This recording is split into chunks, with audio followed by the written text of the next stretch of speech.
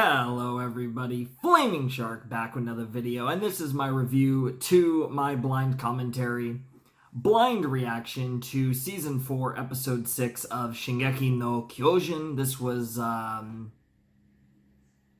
Warhammer Titan. I was thinking in my head, for whatever reason, I wanted to say Declaration of War, and I knew that was the title of Episode 5. Besides the fact that I downloaded the wrong file for this episode, which is fine. I mean, it's fine, I'm sure. But besides that, I mean, this was a good episode. But no, seriously. This was Season 4, Episode 6 of Attack on Titan. It was a really good episode. I really enjoyed it. Thought it was one of the better episodes of the season. There were a few moments where, again, the CGI was a little weird for me. And I'm going to be very honest about that I'm very much noticing it, but it's one of those things where at the same time, I also don't care that much, especially given how good the show is. It kind of supersedes it a lot, but I am noticing it, and there were a few moments where I did bring it up. But really, that's the only thing I could bring up about this episode that wasn't amazing. I mean, this episode was incredible. I mean, this was it. This is what we were waiting for. This is what we were expecting to get this season at some point in some form or fashion, and here it is. We got to see Eren just murder civilians. We basically got to see episode, and I'm sure a lot of people have talked about this, but we basically got to see Season 1, Episode 1, the fall of Shingeki again, but reversed. And really, the stories come full circle, and that's the whole point. And they use Gabby in a very fun way as a plot device to basically simulate Eren. And she is basically the Eren of this story, which does make me wonder how they're going to play her. They ended up killing some characters in this episode. A lot more than I thought they would, honestly. They killed Zofia, and they also killed... I forget her name. They also killed his name. Udo? Was it Udo? Yeah, I think it was Udo. They killed Udo and Zofia. So pretty much as far as the kids go, Gabby's still alive, Falco's still alive, which are the two that they've been building up to be important. So that's kind of what matters, is that Gabby and Falco are still around. Beyond that, they also killed Theo, Commander Magath, which was really surprising, honestly. I think that was probably the most surprising death. At least I think they did. I mean, they threw a grenade into the place where he was, with some of his men, and it blew up, and it seems like they killed him. They didn't actually show it, but I'd imagine they did, just because of this show. There isn't really much reason to believe that he survived that. So I assume he is dead as well, which is pretty crazy, to be honest, because they were building him up as a character, but again, that further kind of emphasizes the Attack on Titan brilliance going on here, and really further emphasizing the fact that no one's safe, and we got connections to these characters, and this is why the first 5 episodes of Season 4 were so important, because it built our connections to these characters. Whether we like them or not, it gives us a relation to the characters who are on the other side of this conflict, and now here in Episode 6, we reintroduce our quote-unquote heroes, even though the term hero is probably not necessarily applicable, because the whole point of this story all along is that we don't have heroes in this story. But all the same, just great to see. We see Eren get into a fight with the Warhammer. Well, Eren eats Willy Tybur, which was expected. They do reveal that Tybur and Magath were planning for this the whole time, and they expected this. They didn't necessarily know to expect Eren Yeager himself to show up, but they did generally expect an attack and for Willy to die. And then Willy's sister reveals to be the Warhammer Titan, and goes Titan, and we get the Warhammer Titan versus the Attack Titan. Pretty simple battle, not a whole lot of craziness, just because Eren immediately attacked her before she even fully formed, which was insane, and just started beating the shit out of her.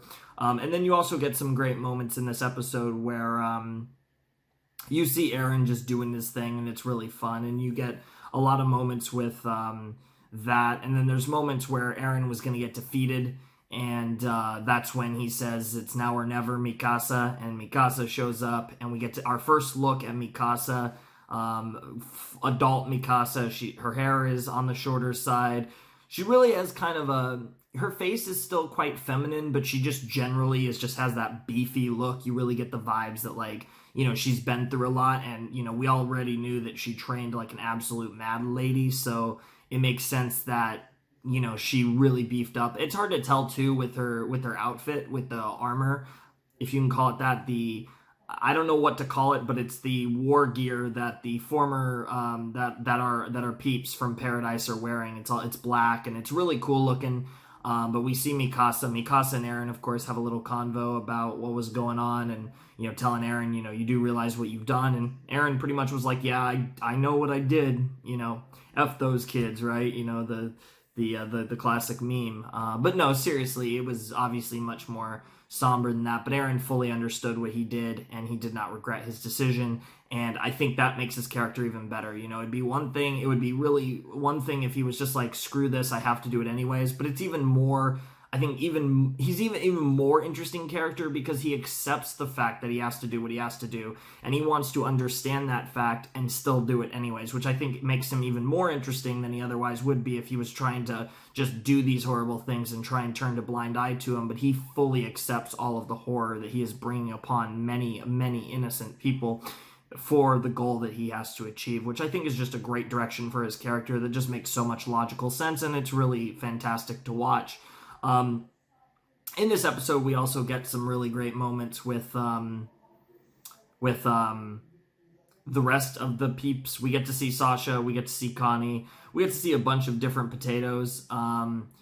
We get to pretty much see the majority of the people that I wanted to see. Pretty much everyone showed up in this episode that I really wanted to see, besides Historia and Hanji. Ironically, and I think I mentioned it in the reaction, the two characters that I actually have figures of now are the two characters that I've not gotten to see, which isn't surprising given that Hanji is likely the mastermind behind a lot of this, and then Historia is the queen, so obviously she's probably back on Paradise, and Hanji might potentially be back on Paradise as well, but I'm sure we're going to be seeing Paradise soon enough, although it's kind of hard to tell what the long-term plan is here, like what comes out of this, what is the end goal of this attack that Eren and company have went about. But it's pretty saucy. It was great to see all of them flying around using the thunder spears. That was really cool. There was just a lot of badass moments, and then near the end, when Eren went to eat the Warhammer Titan, oh god, why can't I think of his name? The Jaw Boy, Blondie Jaw Boy came in and tried to eat Eren and went at his nape, and right before he could get Eren, boom, here comes Levi, and we get a great moment of Levi, and then we get a bunch of them all coming right after. I can't think of his name. I want to call him Jerryard, but I know that's not his name. I don't know why I'm forgetting his name. You guys know who I'm talking about, the warrior who has little Jaw Boy. But they have this great moment near the end where they're all like going after him and looking to kill him, and it's just this epic moment, and he has this moment where he's like, what the hell, they're not afraid of the Titans, what's wrong with them, they're the devils of Paradise. And it really kind of further